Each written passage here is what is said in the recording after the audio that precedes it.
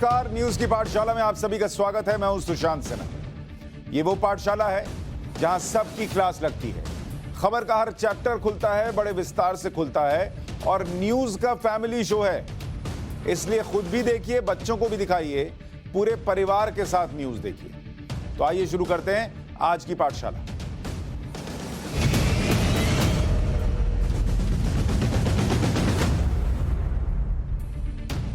आज पाठशाला में आपके लिए क्या है?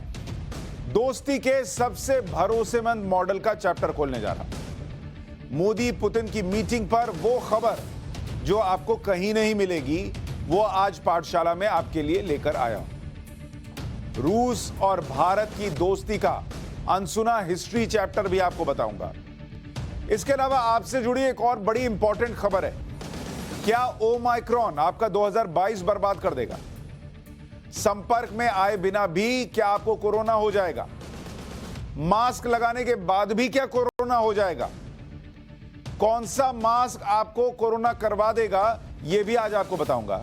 और आखिर में हिस्ट्री की क्लास में महाराणा और मुगलों के युद्ध का चैप्टर। लेकिन सबसे पहले डिप्लोमेसी की क्लास।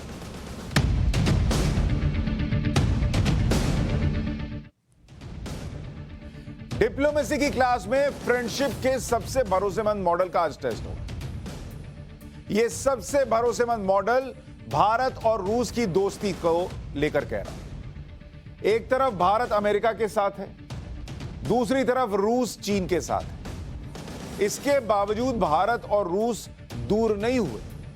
और जो लोग कहते थे कि भारत और रूस दूर होते जा रहे हैं, ऐसे लोगों को रूस के राष्ट्रपति व्लादिमीर पुतिन ने भारत के दौरे से गलत साबित किया।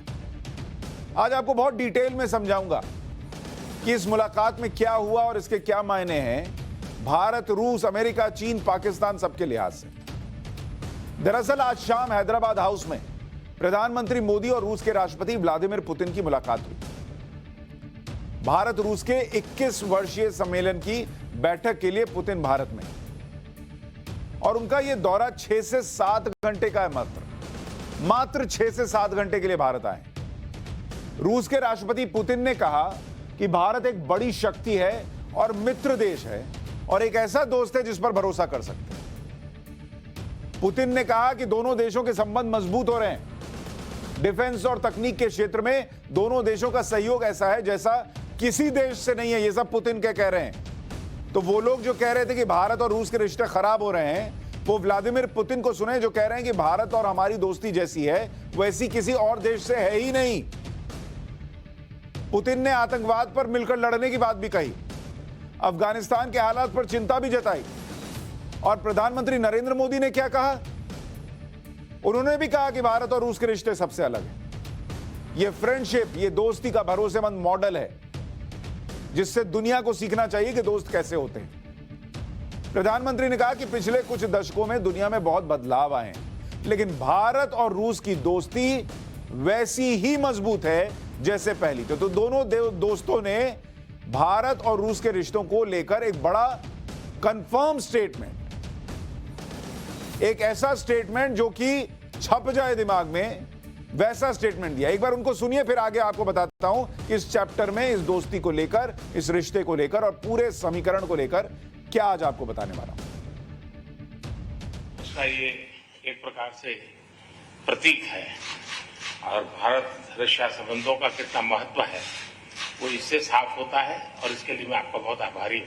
कोविड की चुनौतियों के बावजूद भारत और रूस के संबंधों की रफ्तार में कोई बदलाव नहीं आया है। हमारी special and privilege strategic partnership निरंतर मजबूत होती गई है। कोविड के खिलाफ लड़ाई में भी दोनों देशों के बीच बेहतरीन सहयोग रहा, चाहे वैक्सीन ट्रायल्स और उत्पादन में हो, मानवीय सहायता के लिए हो, या एक दूसरे के नागरिकों की देश वापसी के लिए हो। एक्सेलेंसी, वर्ष 2021 हमारे द्विपक्षीय संबंधों के लिए कई मायनों में महत्वपूर्ण है। इस वर्ष 1971 की treaty of peace, friendship and cooperation के 5 दशक और हमारी स्ट्रेटेजिक पार्टनरशिप के 2 दशक पूरे हो रहे हैं। इस विशेष वर्ष में आपके साथ फिर मिल पाना मेरे लिए हर्ष की बात है।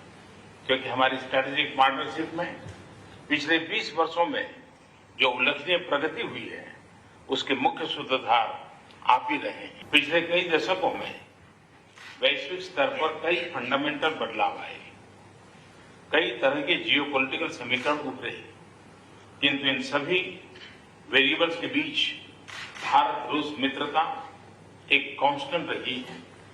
दोनों देशों ने न सिर्फ एक दूसरे के साथ निसंकोच सहयोग किया है, एक दूसरे की सेंसिटिविटीज का भी विशेष ध्यान रखा है। यह सच। प्रधानमंत्री नरेंद्र मोदी को आपने सुना, वो भी स्ट्रेस कर रहे हैं, स्ट्रेस दे रहे हैं इस बात पर कि कैसे भारत और रूस की दोस्ती जो है वो ऐतिहासिक रही है और अब भी कायम है।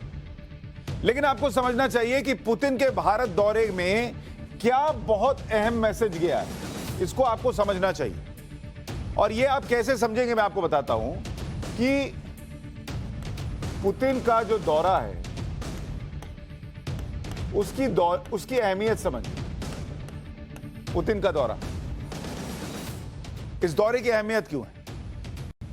पहला पॉइंट, 2 साल में पहला दौरा पुतिन का कहां किया पुतिन ने? भारत में किया। मतलब 2 साल से पुतिन जो है वो कहीं निकल ही नहीं रहे थे, घर में बंद, बाहर कहीं जाना नहीं। और निकले तो सबसे पहले कहां आए? भारत आए। तो अपने आप में कितना क्लियर मैसेज है। भले 6 घंटे आए, 7 घंटे के लिए आए, लेकिन जो आदमी 2 साल से कहीं नहीं निकला, G20 जैसे कार्यक्रम में नहीं गया, एक बार बीच में कहीं गए थे तो वहां पर जो बाइडेन से मुलाकात हुई थी, कोई द्विपक्षीय मुलाकात के लिए कहीं नहीं गए, वो आए तो सीधे भारत आए। यह है भारत और रूस की दोस्ती। दोस्ती में प्राथमिकता किसको दी गई? भारत को दी गई। और ये अपने आप में दिख जाता है कि भारत के लिए किस तरीके से इस खतरे के बीच में, जब वो माइक्रोन फैल रहा है, उस बीच भी यहां चले आए। भारत से दूरी की बातें खारिज कर दी। अमेरिका, चीन और पाकिस्तान यानी यूएस, चाइना और पाक, तीनों को मैसेज है। कैसे मैसेज दिया है यह भी आपको आगे समझाऊंगा कि यह मैसेज कैसे गया है तीनों देशों में। भारत और रूस का डिफेंस पार्टनरशिप कितना जरूरी है आपको यह भी समझाऊंगा। लेकिन जब डिफेंस पार्टनरशिप की बात कर रहा हूं तो सबसे पहले किसकी बात करनी चाहिए? S-400। और ये S-400 क्या है, क्यों भारत के लिए इंपॉर्टेंट है, भारत रूस के रिश्तों के लिए इंपॉर्टेंट है, यह भी आपको अभी बता दूं। S-400 दरअसल मिसाइल सिस्टम है, मिसाइल सिस्टम, और जिसकी डिलीवरी जो है वो भारत को शुरू हो गई। और इसकी डिलीवरी आने का मतलब है, जैसे राफेल आने के बाद भारत की वायुसेना जो है वो जबरदस्त मजबूत हुई।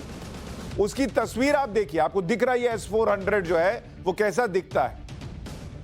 रूस से इसकी डिलीवरी शुरू हुई है, लेकिन इस वक्त कहां कहां तैनात है आपको वो दिखाता हूं। अगर जरा मैप के जरिए दिखाइए कि कितने लिमिटेड देशों के पास ये मौजूद है और किस तरीके से मौजूद है। जैसे कैलिनिनग्राड, वहां पर रूस में यह तस्वीर है। कैलिनिनग्राड रूस, क्रीमिया में मौजूद है, खेमेमिम एयरबेस सीरिया में मौजूद है, यानी लिमिटेड जगहों पर। इसके अलावा टार्टस सीरिया, होतान एयरबेस शिनजियांग में, चीन ने भी चूंकि S-400 लिया हुआ है तो उसने शिनजियांग में लगाया हुआ है, और नाइंगची एयरबेस तिब्बत में, यह भी चीन ने लगा रखा है। तो मतलब चीन के लिए यह S-400 कितना अहमियत रखता होगा आप समझिए कि बॉर्डर पर इसको बिल्कुल आगे लगा रखा है। और भारत के पास इसके आने का मतलब यह है कि चीन को यह समझ में आ जाए कि अरे इतनी बड़ी चीज जो हमारे पास थी अब वो भारत के पास भी है। दरअसल S-400 मिसाइल डिफेंस सिस्टम जो है वो सबसे एडवांस एयर मिसाइल सिस्टम है, सबसे advance ground to air missile defence system है। मतलब जमीन से आप हवा में दाग रहे हैं, हर तरह के हवाई हमलों पर सुरक्षा कवच देता है।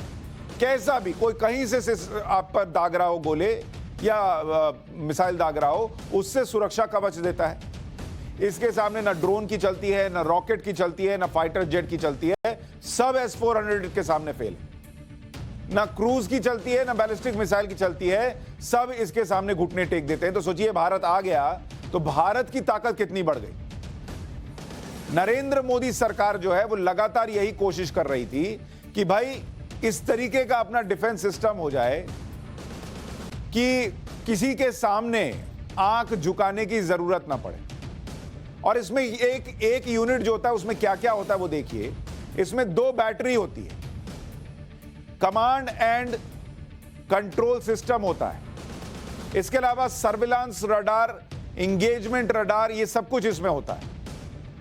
इतने में जितना आप ट्रक नुमा देख रहे हैं इतने में सब कुछ है। 4 लॉन्च ट्रक होते हैं, 4 तरह की मिसाइल भी इसमें लगी हुई होती है। ये आप S-400 को देख रहे हैं। S-400 की खासियत क्या है भाई? इतना क्या तोप चीज है भाई कि ले लिया तो एकदम चीन से क्या किसी से घबराने की जरूरत नहीं। दरअसल 40 किलोमीटर से 400 किलोमीटर की रेंज होती है इसकी एक मिसाइल की। 180 किलोमीटर तक फ्लाइट एल्टीट्यूड है। मतलब जब आपको मिसाइल को दूर दागना होता है तो ऐसे नहीं दागते, आप ऐसे दागते हैं, थोड़ा घूम के जाता है तो दूर तक गिरता है। तो ये 180 किलोमीटर तक का फ्लाइट एल्टीट्यूड ले सकता है। 600 किलोमीटर की रेंज तक ये 160 ऑब्जेक्ट्स ट्रैक कर सकता है। मतलब अगर 600 किलोमीटर के दायरे में एक साथ कोई 160 ऑब्जेक्ट भी भेज दे, 160 मिसाइल भी भेज दे, तो उसको ट्रैक कर सकता है और गिरा सकता है। 400 किलोमीटर की रेंज में ये और बढ़ जाता है, 72 ऑब्जेक्ट ट्रैक कर सकता है। अब ये काम कैसे करता है भाई? इतना तेज चीज है, कैसे काम कर रहा है? खतरे को बहुत दूर से पहचान लेता है और तुरंत काउंटर करने शुरू कर देता है। लॉन्ग रेंज सर्विलांस रडार से कमांड व्हीकल को जानकारी देता है कि भाई उधर से कुछ आ रहा है, देख लेना, बाद में मुझे मत बोलना कि मैंने नहीं बताया था। तो उसको बताया कमांड व्हीकल को, कमांड व्हीकल ने टारगेट की पहचान की और मिसाइल लॉन्च करने का तुरंत ऑर्डर दिया कि भाई उधर से आ रहा, जाओ उसको ठोक दो। तो इधर से मिसाइल निकला S-400 वाला। अमेरिका के पैट्रियट सिस्टम की तुलना में कहीं ज्यादा तेज है।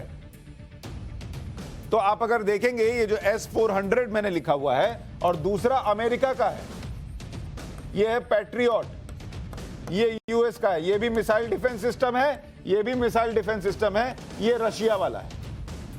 अब आप कहेंगे जब अमेरिका वाला था ही तो रशिया वाला काहे लिए भाई? दोस्ती निभाते अमेरिका से। ये जो है इसके सामने नीचा पड़ जाता है नहीं उतना काबिल। पैट्रियट 25 जो है ये 25 मिनट में लॉन्च होता है। मतलब अगर आप इसको लॉन्च करना है कि उधर से देखे, अरे उधर से दाग दिया है भाई, निकालो निकालो पैट्रियट का निकालो, तो 25 मिनट लग जाएगा, उतने में कहीं फट ना जाए। और S-400 क्या है, इसको कितना समय लगता है? मात्र 5 मिनट। 5 मिनट में उधर से पता चला सर दागा है, निकालो, ठोक दो उसको, रास्ते में ठोक दो, तो बहुत जल्दी हो जाता है। स्पीड देखिए, पैट्रियट में स्पीड जो है, इसकी स्पीड है, मिसाइल की स्पीड जो है वो 1.3 किलोमीटर पर सेकेंड है। मतलब 1 सेकेंड में इसकी जो मिसाइल है वो करीब 1 किलोमीटर 300 मीटर तक पहुंचती है। और S-400 की स्पीड कितनी है? इसकी स्पीड है 4.8 किलोमीटर पर सेकेंड। आप समझ रहे हैं? 1 सेकेंड में ये करीब 5 किलोमीटर पहुंच जाता है। जितनी देर में मैं आपको ये बता रहा हूं और ये 5 सेकंड निकले तो समझिए 25 किलोमीटर पहुंच जाएगा। सोचिए अगर इस मिसाइल पर बैठकर दिल्ली से पटना जाना हो तो कितना जल्दी पहुंचिएगा। खैर वो अलग बात है, वहां पहुंच के जब फटेगा तब क्या होगा। लेकिन ये अलग बात है कि ये 1.3 किलोमीटर पर सेकंड है, ये 4.8 किलोमीटर पर सेकंड है। तो मतलब पैट्रियट का बाप है S-400। इसलिए अमेरिका नहीं, रूस से बात हुई। अच्छा, S-400 की सेल और कहां कहां हुई है? जैसे बेलारूस, किसके पास और है ये भी देख लीजिए कि S-400 किसके पास है, इसको समझिए। एक है बेलारूस। बेलारूस के पास 2016 में डिलीवरी हुई, तो 2016 से इनके पास है। उसके बाद है अल्जीरिया, इनको भी डिलीवरी जो है वो हो चुकी है और 2015 में हो चुकी है। इन लोगों ने 2015 में खरीद लिया था। इसके अलावा है टर्की। टर्की के पास 2017 में इन्होंने ऑर्डर दिया है और अब इनको जो है वो डिलीवरी हो रही है। और टर्की पे अमेरिका ने प्रतिबंध लगा दिया गुस्से में, क्यों खरीदे तुम S-400? तो 2017 में ऑर्डर दिया और अब डिलीवरी हो गई तो इन पे बैन भी लग गया। उसके अलावा है चीन। चीन के पास भी S-400 है और 2018 में इनको डिलीवरी हो चुकी है। इजिप्ट जो है वो बातचीत कर रहा है, सऊदी अरब बातचीत कर रहा है, कतर बातचीत कर रहा है, भारत को डिलीवरी होने लगी। अच्छा, भारत और रूस की S-400 डील से अमेरिका नाराज है। क्यों नाराज है भाई? तुमको क्या लेना देना, तुमसे भी तो खरीदते ही है ना। लेकिन अमेरिका को पता है कि S-400 खरीद लीजिएगा और सब रूस से ही खरीदेंगे तो हमारा क्या होगा? आर्म्स लॉबी तो उनके पास भी है। इसकी वजह जानिए कि अमेरिका क्यों नाराज है, क्यों बिदबिदाया हुआ है। अमेरिका चाहता है कि डिफेंस में भारत रूस पर निर्भरता कम करे और S-400 जैसी डिफेंस डील बिल्कुल ना करे। क्योंकि S-400 नहीं खरीदता तो क्या खरीदता? फिर पैट्रियट खरीदता। पैट्रियट खरीदता तो किससे खरीदता? अमेरिका से खरीदता। अमेरिका से खरीदता तो पैसा किसको जाता? अमेरिका को जाता। अमेरिका को जाता तो नौकरी कहां बनती? अमेरिका में बनती। नौकरी अमेरिका में बनती तो जो बाइडेन क्या बोलते? तुमको नौकरी दी, वोट दो। तो पूरा गणित जो है वो चुनावी है। 2011 से 2020 के बीच में रूस से भारत को हथियारों की सप्लाई कितनी हुई? 33% घट गई है। फिर भी रूस भारत का सबसे बड़ा डिफेंस पार्टनर है। 2017 में अमेरिकी संसद ने एक कानून बनाया, उसका नाम रखा काटसा, CAATSA, और इसमें इन्होंने प्रावधान यह कर दिया कि अमेरिका के दुश्मनों से अगर अमेरिका का कोई सहयोगी हथियार खरीदेगा तो उस पर बैन लग जाएगा। मतलब अमेरिका और भारत दोस्त हैं और रूस से S-400 खरीद लिया तो जो बाइडेन कहेंगे कट्टी, अब तुमसे बात ही नहीं करेंगे, जाओ हटाओ, उसी से दोस्ती करो। मतलब इनका वो वाला हाल है कि हमसे दोस्ती करो, किसी और से मत करो। ऐसे चलता है बॉस। दिसंबर 2020 में अमेरिका ने अपने पुराने सहयोगी टर्की पर कई प्रतिबंध लगा दिए थे। क्यों? क्योंकि उसने S-400 की डील कर ली। अमेरिका चाहता था नहीं करे, उसने मानी नहीं, बोले जाओ बैन लगाए तुम। अमेरिकी कांग्रेस की एक रिपोर्ट में भारत को भी चेतावनी दी गई थी कि अगर Bharat S-400 missile defence system खरीदेगा तो उस पर प्रतिबंध लगाए जा सकते हैं। लेकिन नरेंद्र मोदी सरकार जो है वो देश को मजबूत करने के मामले में तुम आंख दिखाओगे, हम देश देखें कि तुम्हारा आंख देखें, छोड़ो। तो अमेरिका की नहीं सुनी, S-400 ले लिया क्योंकि S-400 जरूरी था, वहां चीन लगाए हुए बॉर्डर पे। और सबसे बढ़िया है तो सबसे बढ़िया के सामने सबसे बढ़िया नहीं खड़ा कीजिएगा तो फिर कहां रहिएगा? आप ही खड़े नहीं हो पाइएगा। अब जब S-400 की डिलीवरी भी शुरू हो गई तो अमेरिका और भारत की दोस्ती का असली टेस्ट होगा कि क्या जो बाइडेन भारत को अपने कानून से रियायत देंगे या नहीं देंगे। भारत ने तो क्लियर कर दिया कि हम नहीं सुनेंगे भाई, हमको रूस के साथ जो दोस्ती है वो हम निभाएंगे। ऐसे थोड़ी दोस्ती चलती कि सिर्फ तुम ही से दोस्ती रहेगी, तुम मेरे कहने पे तोड़ते हो अमेरिका। हम कह देंगे कि तुम पाकिस्तान से दोस्ती तोड़ दो, तोड़ दिए, नहीं तोड़े, जब तक मन किया रहे, तो हम अपनी दोस्ती तुम्हारे हिसाब से क्यों चलाएंगे? यह क्लियर मैसेज नरेंद्र मोदी ने दे दिया, बैठा लिया पुतिन को, बोला कि आओ। अब बदले में क्या मिला? रूस ने चीन और पाकिस्तान को संकेत दिए, क्योंकि नए वर्ल्ड ऑर्डर में एक तरफ अमेरिका है तो दूसरी तरफ रूस है और चीन भी है। तो मैसेज क्या गया? मैसेज देखिए कि मैसेज जो है वो क्या गया कि एक तरफ चीन है, चीन के साथ कौन है? चाइना है, और उसके साथ कौन दिखता है भाई? रशिया दिखता है। रशिया भी अपने हिसाब से चल रहा है, उसको चीन से दोस्ती करनी है, अमेरिका को काउंटर करने के लिए तो करेगा। और उनके साथ कौन है? एक और है, पाकिस्तान है। ये तो सबके गोद में बैठे हैं जो इनको लगता है कि किसी तरीके से हमको पाल दे। ये गोद में बैठ के सबके साथ कहते हैं कि हमको कुछ खिला दो पिला दो वाला हिसाब है। तो इनको रशिया भी चाहिए, इनको चाइना भी चाहिए, अमेरिका भाव दे नहीं रहा है। और जैसे एक तरफ भारत और अमेरिका करीब हुए, भारत और अमेरिका करीब आने लगे, तो रशिया को लगा यार ऐसा तो नहीं है कि हमको छोड़ के चला जाएगा। वैसे वैसे रूस और चीन भी करीब आए, इनके बीच भी दोस्ती बढ़ने लगी। भाई अगर आप नहीं ज्यादा मिलिएगा तो दूसरा दोस्त कोई और के साथ तो जाएगा ही। रूस चीन को भी S-400 सिस्टम दे दिया। चीन में जो 68% डिफेंस सप्लाई है वो 68% डिफेंस सप्लाई रूस से होती है। रूस और चीन ज्वाइंट डिफेंस प्रोडक्शन कर रहे हैं जैसे भारत कर रहा है। रूस और चीन मिलिट्री अलायंस पर भी बात कर रहे हैं।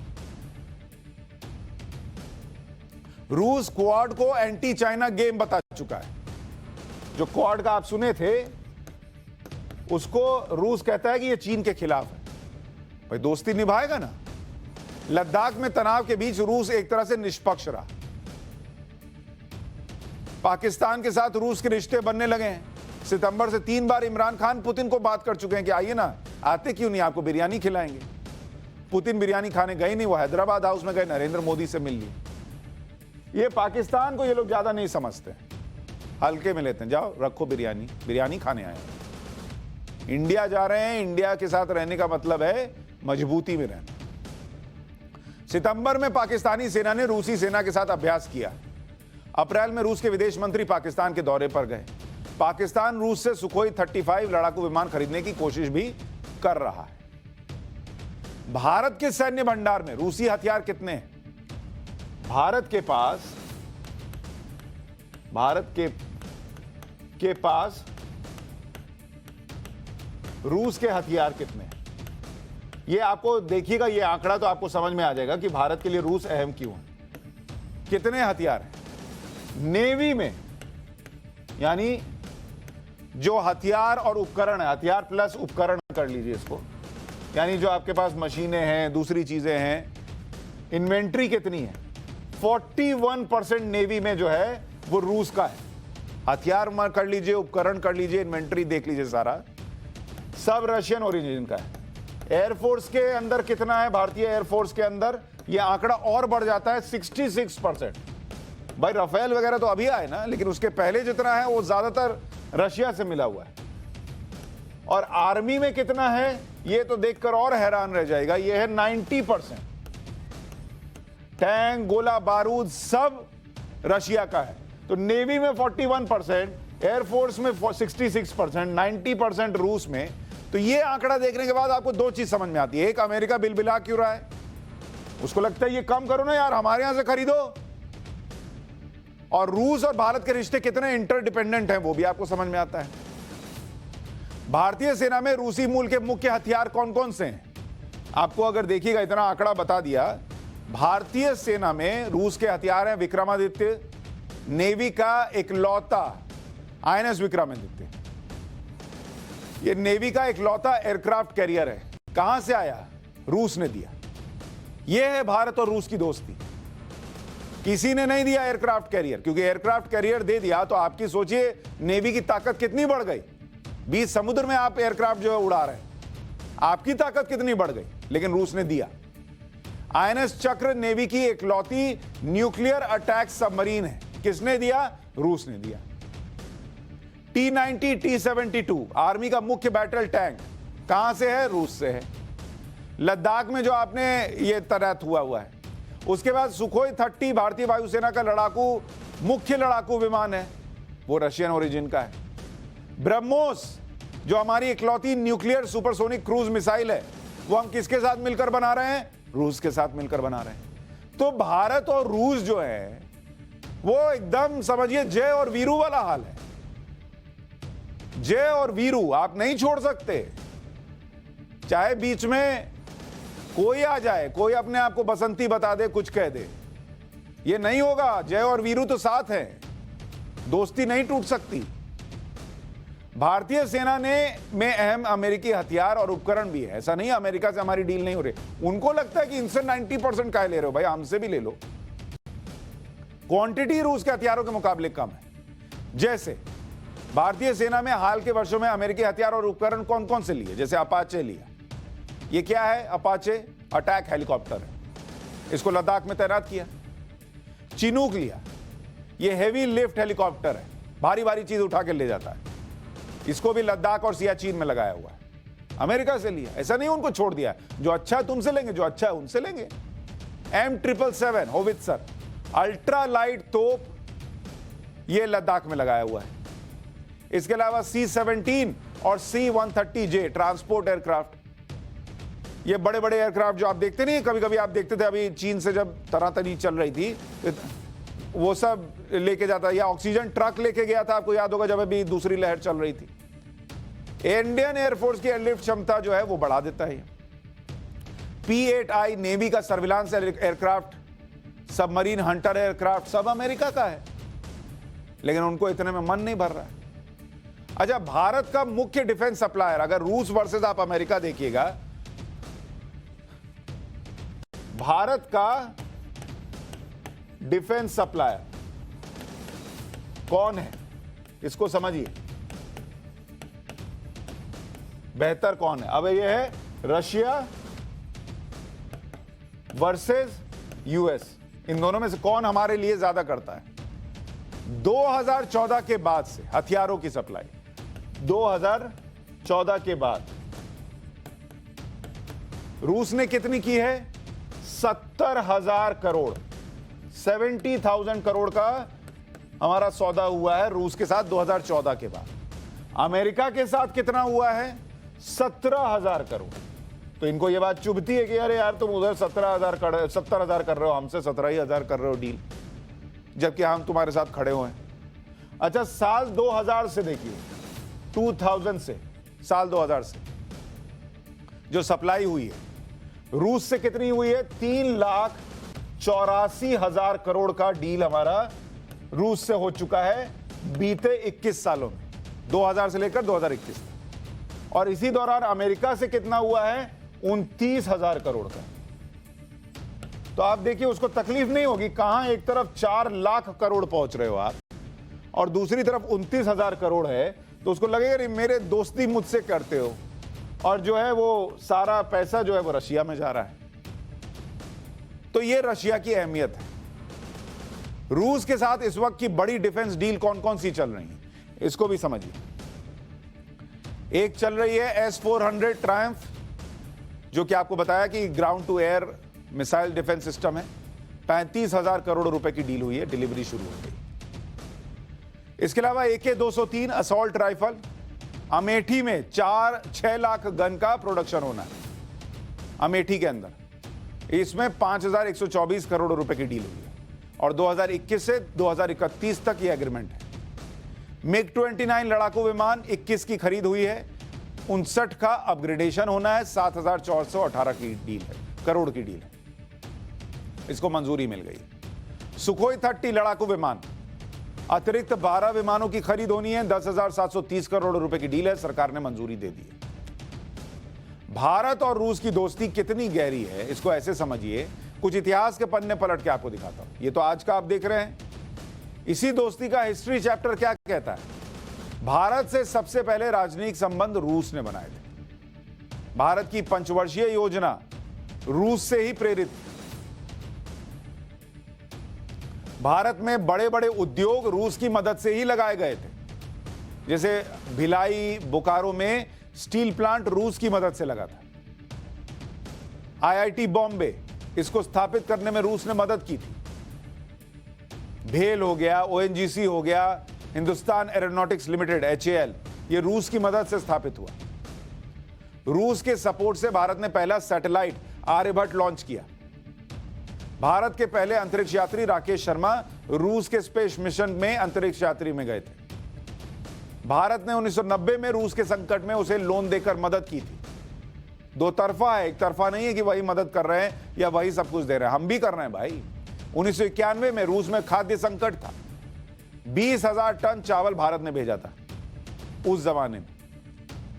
यह है दोनों की दोस्ती। 1971 का बांग्लादेश युद्ध हुआ, जब भारत के खिलाफ पूरी दुनिया थी, जब पाकिस्तान के साथ अमेरिका था, जब अमेरिका भारत के खिलाफ हुआ करता था, तब इस युद्ध में रूस ने खुलकर भारत का साथ दिया।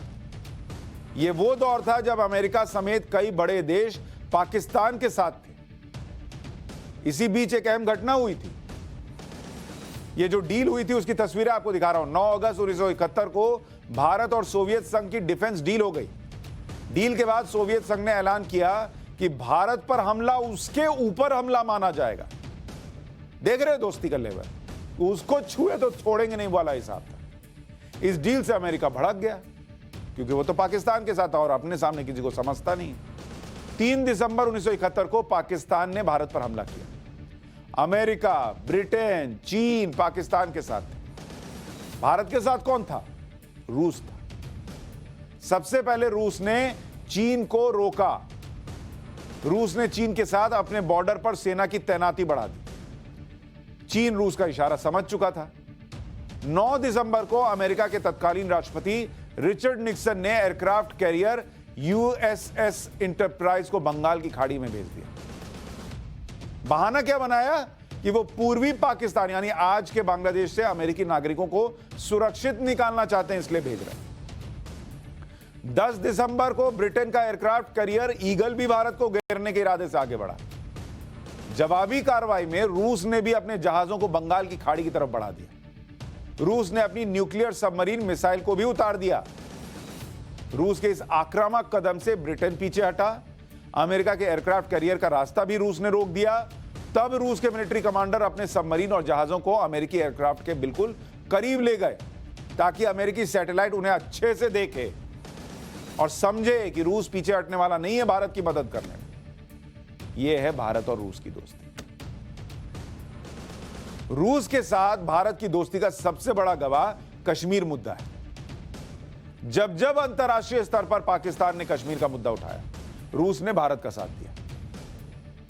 साल 1957, 62, 71 सब में रूस ने यूनाइटेड नेशंस में वीटो कर कश्मीर पर भारत का साथ दिया।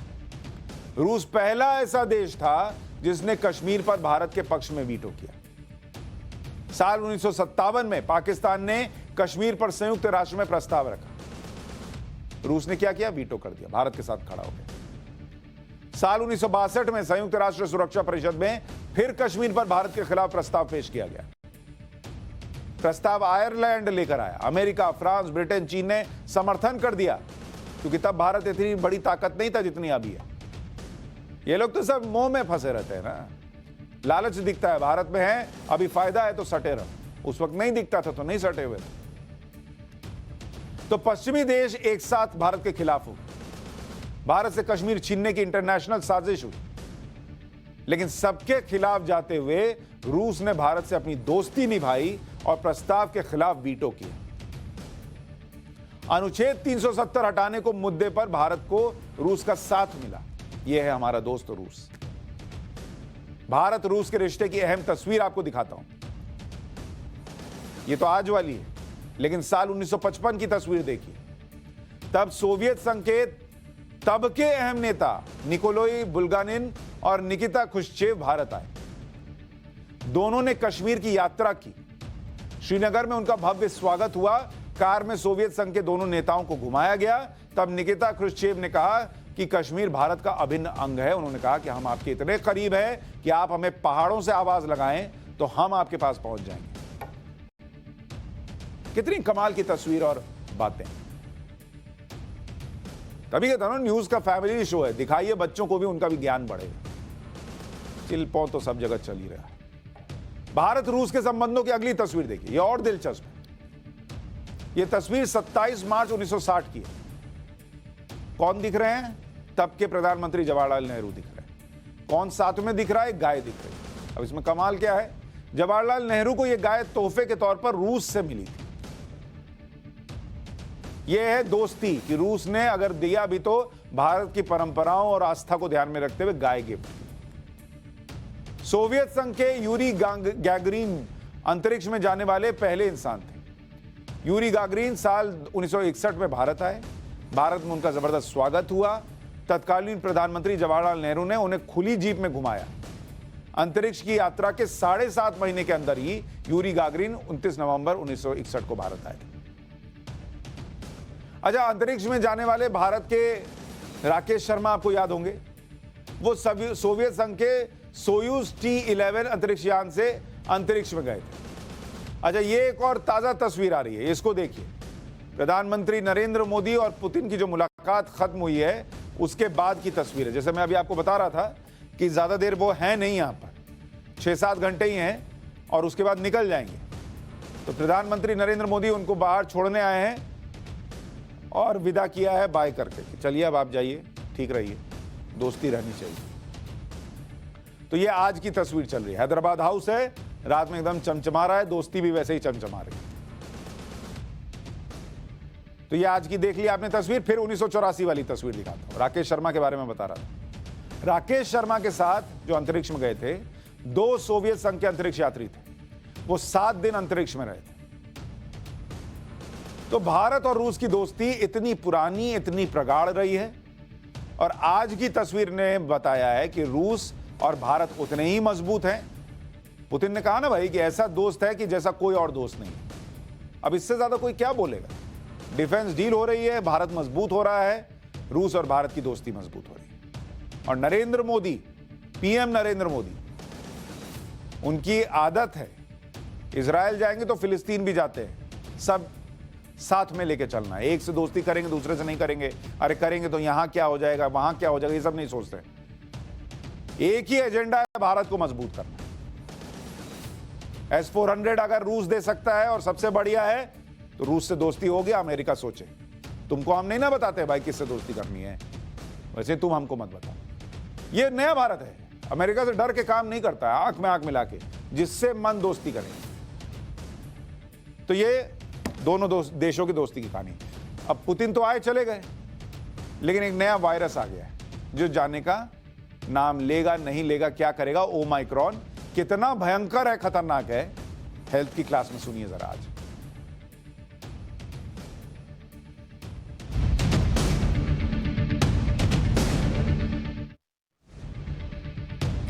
कोरोना का नया वेरिएंट है ओमाइक्रॉन। नाम तो अब तक आप सुन ही लिए होंगे। अच्छा, अभी तक लोगों को डर नहीं लग रहा है ये क्या ओमाइक्रॉन, कोई मरा तो है नहीं अभी तक इससे।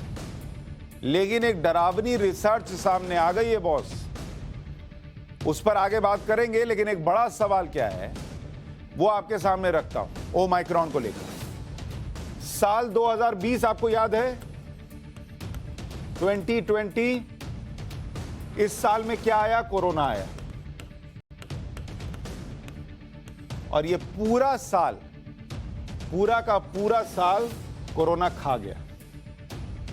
उसके बाद साल 2021, 2021, इसमें क्या आया, डेल्टा वेरिएंट वही आया और इसको खा गया। पूरा साल लगभग निकल ही गया।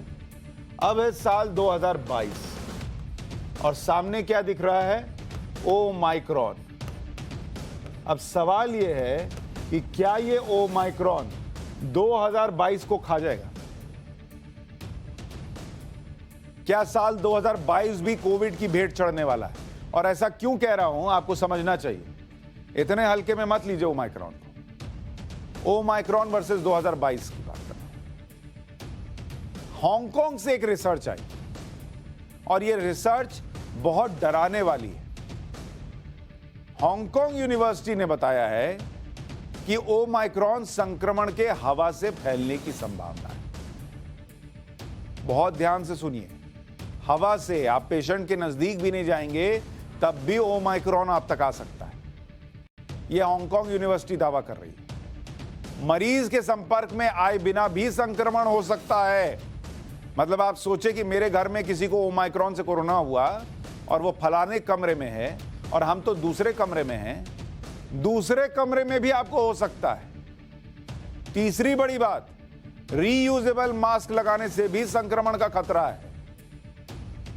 जो बड़ा डिजाइनर मास्क पहन के घूमते हैं कि फिर लगा लिया, कौन नया नया मास्क रोज खरीदे, उससे भी ओमाइक्रॉन हो सकता है। और जो हेल्थ वर्कर्स लगाते हैं उनको तो और खतरा है। अब ये जो कह रहा हूं, ये क्यों कह रहा हूं समझिए। हांगकांग में जो रिसर्च हुई वो क्या कह रही है, जो ओमाइक्रॉन के पहले 2 केस थे उन पर इन लोगों ने रिसर्च की और इन दोनों केस के बारे में आपको डिटेल जाननी चाहिए। पहला, 11 नवंबर को दक्षिण अफ्रीका से एक 36 साल का यात्री आया हांगकांग, जो मरीज ए है, और 10 नवंबर को कनाडा से 62 साल का यात्री हांगकांग आया, वो मरीज बी है मान लीजिए। दोनों आपने देख लिया, दोनों को ओमाइक्रॉन था, दोनों हांगकांग पहुंचे थे। एक का नाम ए है, एक का नाम बी है। एक की उम्र 36 साल, बी की उम्र 62 साल। और रियल बता रहा हूं, ए बी नाम रखा है तो इसका मतलब ये नहीं कि कहानी बता रहा हूं। इन दोनों यात्रियों को क्वारंटीन करने के लिए होटल भेजा गया। अब बहुत दिलचस्प कहानी सुनिए वहां क्या हुआ। इन्हें रीगल एयरपोर्ट होटल में क्वारंटीन किया गया हांगकांग के। 13 नवंबर को मरीज ए में ओमाइक्रॉन की पुष्टि हो गई। 17 नवंबर को मरीज बी में भी ओमाइक्रॉन की पुष्टि हुई। लेकिन बड़ी बात यह है कि 17 के पहले ही कोरोना की पुष्टि तो हो गई थी पेशेंट बी को, लेकिन उसमें ओमाइक्रॉन नहीं था। तो फिर आया कहां से? स्टडी में बताया गया कि मरीज ए से मरीज बी में ओमाइक्रॉन का संक्रमण हुआ। अब इसमें हैरानी वाली बात यह है कि दोनों मरीज होटल के कमरे से बाहर निकले ही नहीं थे, क्योंकि क्वारंटीन किया हुआ था उनको। ए वाला अपने कमरे में, बी वाला अपने कमरे में। ए को क्वारंटीन किया गया, उसमें ओमाइक्रॉन निकला। बी को क्वारंटीन किया गया, उसमें कोरोना निकला, लेकिन ओमाइक्रॉन नहीं निकला। लेकिन 4 दिन बाद उसमें भी ओमाइक्रॉन निकल गया। दोनों अलग कमरे में बंद हैं। तो कैसे पहुंचा ओमाइक्रॉन? अच्छा, आप कहेंगे कहीं निकले होंगे, कहीं मिले होंगे, मन नहीं लग रहा होगा, घूमे होंगे। पूरा सीसीटीवी फुटेज झांक लिया, चेक कर लिया, एक एक दिन का, एक एक मिनट का। दोनों अपने कमरे से बाहर निकले नहीं थे, किसी के संपर्क में नहीं आए। फिर भी एक मरीज से दूसरे मरीज में ओमाइक्रॉन का संक्रमण क्यों फैला? इसके बारे में हांगकांग यूनिवर्सिटी की स्टडी में यह बताया गया कि संपर्क में आए बिना संक्रमण इसलिए हुआ होगा क्योंकि क्वारंटीन होटल में दोनों मरीजों के रूम आमने सामने थे। भाई, जिसने क्वारंटीन किया उसको क्या समझ थी कि भाई ऐसा भी हो सकता है? टेस्ट सैंपल कलेक्शन के लिए होटल रूम खोला गया होगा। पेशेंट तो बाहर नहीं आया, लेकिन रूम खुला। फूड डिलीवरी या कचरा फेंकने के लिए रूम खोला गया होगा। होटल का स्टाफ तो पीपी किट पहन के चल रहा था। ओमाइक्रॉन संक्रमित मरीज बी ने रीयूजेबल मास्क लगाया था। रूम खोलने पर कई बार मरीज बी ने मास्क भी नहीं लगाया था। अब उसको लग रहा भाई सामने वाले का रूम बंद है ना, हमको क्या जरूरत है मास्क लगाने की। लेकिन ओमाइक्रॉन का वायरस हवा में था। ए ने दरवाजा खोला, अपना काम किया, अंदर चला गया, मान लीजिए खाना लिया, अंदर चला गया, लेकिन उसका ओमाइक्रॉन वायरस बाहर आ गया। ऐसा स्टडी दावा कर रही है हांगकांग यूनिवर्सिटी की। और हवा से ओमाइक्रॉन जो है वो मरीज बी में पहुंच गया। हांगकांग यूनिवर्सिटी की रिसर्च के मुताबिक ओमाइक्रॉन से संक्रमित पहले मरीज ने रीयूजेबल मास्क पहना था। ब्लैक कलर का वॉल्व वाला मास्क नहीं होता है जो आप देख रहे हैं, जो कई लोग पहनते हैं, उनके यहां पे मास्क होता है और उसमें वॉल्व लगा होता है। या फिर दूसरा ऐसा वाला जो रीयूजेबल मास्क होता है। होटल के कुछ कर्मचारियों ने भी यही रीयूजेबल मास्क पहना हुआ था। अब आपको डिस्पोजेबल मास्क के बारे में बताता हूं। सफेद कलर का जो मास्क आप देख रहे हैं, डिस्पोजेबल मास्क है। डिस्पोजेबल मास्क ये आपको बता रहा था वो, ये रीयूजेबल वाला है। यही कह रहे हैं कि वहां पहना हुआ था। और डिस्पोजेबल वाला दिखाइए जरा, उसकी तस्वीर डालिए। नीला रंग का जो आप पहनते हैं, ये ऐसे नॉर्मल इस्तेमाल के लिए नहीं होता है। ओमाइक्रॉन के खतरे को रोकने में यह मास्क सक्षम नहीं माना जा रहा है। यह सर्जिकल मास्क है। रीयूजेबल और डिस्पोजेबल मास्क क्यों सुरक्षित नहीं है, यह आपको वीडियो के जरिए समझाते हैं। रीयूजेबल या डिस्पोजेबल मास्क लगाकर जब आप सांस लेते हैं तो हवा फिल्टर होकर जाती है। भाई, मास्क में लगा हुआ फिल्टर अंदर चला गया, लेकिन जब आप सांस छोड़ते हैं तब वो फिल्टर नहीं होती। अगर ओमाइक्रॉन वेरिएंट मरीज ने इन दोनों में से कोई मास्क लगाया है तो ओमाइक्रॉन वेरिएंट हवा में फैल सकता है। ये आप वीडियो से देखिए। जब सांस अंदर जा रही है तो फिल्टर्ड है, लेकिन जब निकल रही है तब फिल्टर्ड नहीं है, जिससे दूसरे को संक्रमण हो सकता है। आप मिलेंगे नहीं, भाई हवा में गया, उसके बाद तैरते तैरते कहां जा रहा है भगवान जाने, किसको छू रहा है भगवान जाने। सबसे सुरक्षित मास्क सर्जिकल मास्क माना जाता है, खास तौर पर डॉक्टर, नर्स, हेल्थ वर्कर्स के लिए। ये वाला उस वक्त गलत बोला था, फोटो इन्होंने गलत डाल दी। ये वाला मास्क सबसे सुरक्षित मास्क है। ये उनकी हांगकांग यूनिवर्सिटी की स्टडी कह रही है। यह हवा में संक्रमण फैलने से भी रोकता है। मेडिकल प्रैक्टिस करने वाले हेल्थ वर्कर्स को सर्जिकल मास्क ही पहनना चाहिए। भारत में ओमाइक्रॉन के केस भी बढ़ रहे हैं। यह अब चिंता की बात है, इसलिए कह रहा हूं, इतना समझा रहा हूं, बता रहा हूं, इसलिए बता रहा हूं कि भारत में ओमाइक्रॉन कैसे बढ़ रहा है ये देख लीजिए। इतना निश्चिंत मत हो जाइए कि आपको जो है ये निश्चिंतता जो है वो चिंता में डाल दे। मुंबई में कितने केस हैं भाई ओमाइक्रॉन के? दो केस मिले हैं और ये दोनों नए मिले हैं।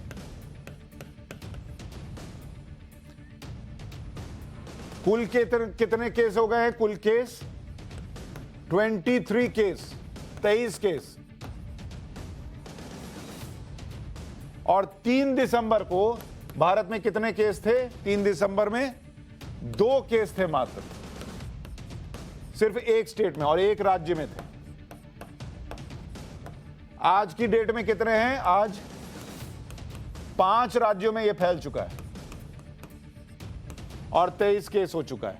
मतलब 3 से 6 दिसंबर 3 दिन के अंदर एक राज्य से 5 राज्य हो चुका है और 2 केस से 23 केस हो चुका है ओमाइक्रॉन का। हल्के में मत लीजिए जो बता रहा हूं। हवा में फैल रहा है, रीयूजेबल मास्क में भी फैल सकता है। ओमाइक्रॉन पर WHO ने क्या कहा है? इस वेरिएंट से संक्रमण के 90 दिन में फिर से संक्रमण के केस, डेल्टा वेरिएंट जो था, जो पिछला वाला था, उसकी तुलना में 3 गुना ज्यादा कॉमन है। इस वेरिएंट की गंभीरता को समझने में अभी 2-3 हफ्ते लगेंगे। दक्षिण अफ्रीका में इस वेरिएंट से बच्चे भी संक्रमित हो रहे हैं। जिन लोगों को वैक्सीन नहीं लगी है उन पर बड़ा खतरा है। बार बार जो शो करके बोलता हूं वैक्सीन लगवाइए, पहला डोज ले लिया तो दूसरा लीजिए, कोई कमी नहीं है वैक्सीन की।